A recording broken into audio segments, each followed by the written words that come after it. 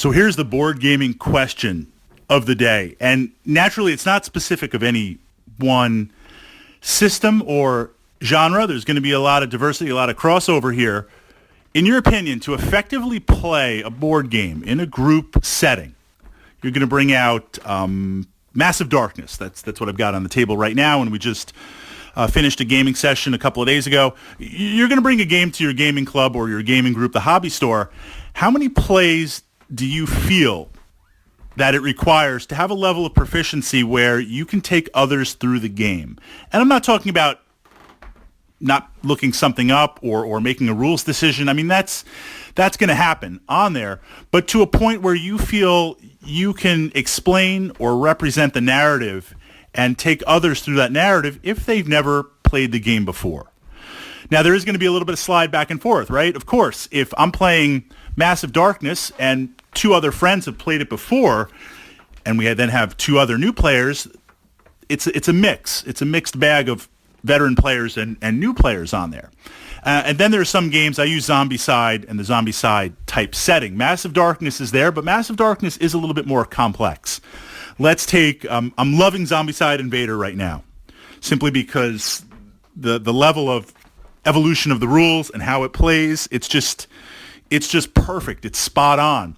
Zombicide Invader, you can pretty much figure out after one turn of play, and a turn is fast on there.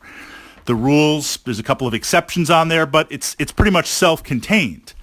Obviously, compare that to, let's see, the most extreme example, Mage Knight or Gloomhaven. It's almost like you need a pre-gaming session to do that. I will say, in playing something like Gloomhaven, I think it requires a lot of explanation to dig into there. You just can't jump into the dungeon. And it's not a criticism. I love me some Gloomy, but that's the type of game that's going to require a different commitment. So with all that in mind, and that it is a sliding scale, your thoughts on how many plays does it take? For me, and this is a little bit biased because there's so many games in my head, so many different editions of the rules, and just so much going on. I'm routinely forgetting stuff and making mistakes. Nothing wrong with that. I think about 6 or 7 plays. Obviously, when I started Zombicide Invader, playing Zombicide Black Plague and Zombicide Modern, that learning curve was cut down and I was able to jump in.